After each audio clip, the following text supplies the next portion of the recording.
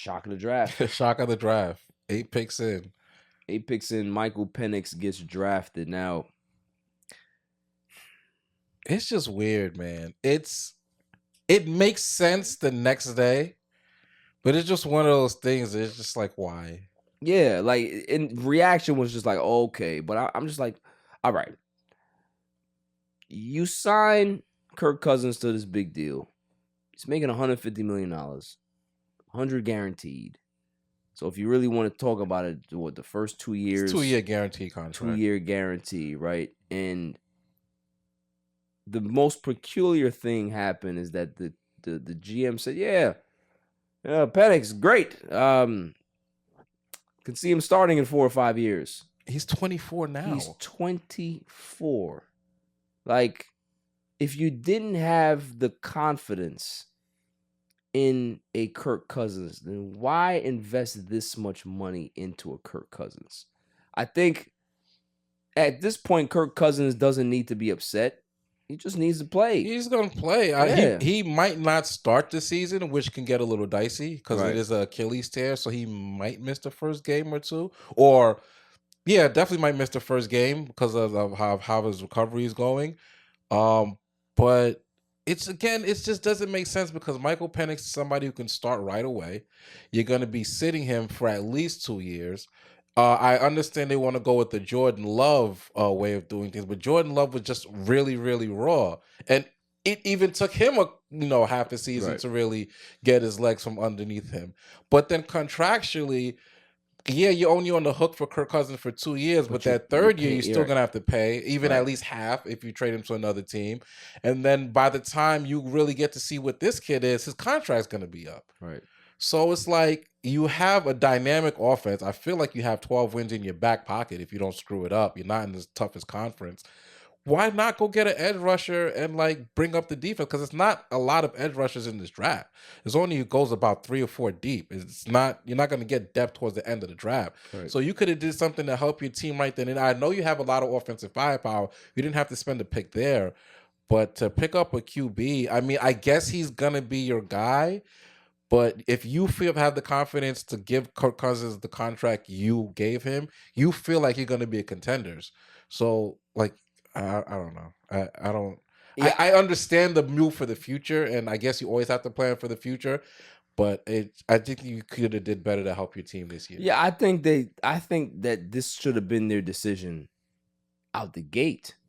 If you had your eyes on Michael Penix Jr. and everybody knew that this kid was talented, but nobody really thought that he was going to go this high. They thought that he was going to go later into the first round. Yeah. Early second round because of the knee injuries and stuff JJ. Like that. Right, JJ, and the fact that, he's a little older. But if this should have been your plan, okay, we're not going to sign Kirk. We're going to go ahead and get us a nice backup, veteran backup, and have this kid start from day one.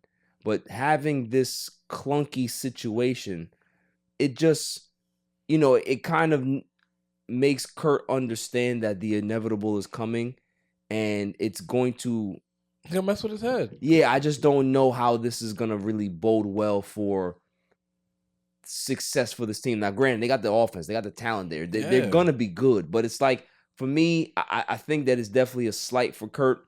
It doesn't matter because he still needs to play.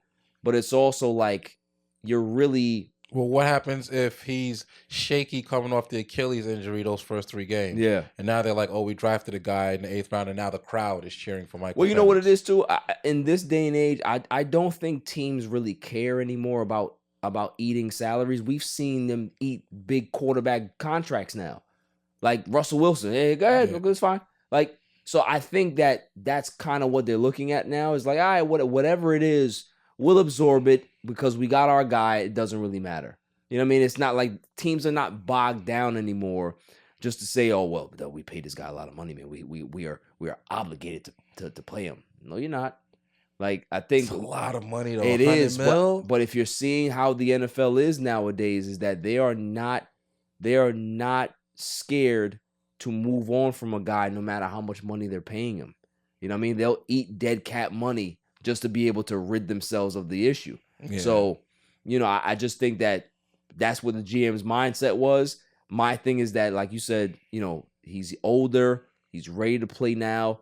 Sitting for 2 years at 26, 20. It's like, come on now. Like you're really delaying the guy's development to be able to make an impact as fast as possible. And with Kurt possibly not being able to be there for the start of training camp or most of you're training camp. You're not going to put him in. What happens if he lights it up during training camp? Now you're just eating all that bread. Right.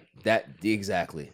Yeah, it's a big problem. It's a problem. Like, it's a good problem to have, but it's also it's weird and wonky. So I don't know. If you got him in the third or something like that, it would make more sense. Yeah. Not that he's gonna fall, but like they push these quarterbacks so much up that you kind of have to start him. So from the position you got him at is a little strange. It was funny because once he got drafted, Arthur Blank was just like you can say his demeanor. Like, he walked over to the GM like, yo, he's like, you gotta explain this to me. Yeah, let's go talk. What's up? What's going on? And all you seen was GM doing look like Dennis Rodman out there. Like, what's going on here? He had to explain himself. Yeah, for like 20 minutes. You know what I mean? So, moving on.